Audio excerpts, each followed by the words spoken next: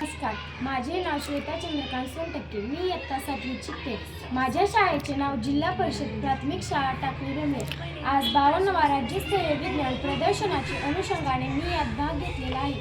या विज्ञान प्रदर्शनाचा मुख्य विषय शाश्वत भविष्यासाठी विज्ञान व तंत्रज्ञान असा निश्चित केला आहे. सामाजिक पर्यावरणास अनुसरून आणि सध्याच्या काळाची गरज लक्षात घेऊन मुख्य विषयाला अनुसरून नैसर्गिक शेतीवर आधारित ड्रिप इरिगेशनचा मॉडेल बनवला आहे. तुमच्या शेतात पिके घेण्यासाठी पाण्याची कमतरता आहे का? तुम्ही फक्त पावसावर आधारित शेती करू शकता.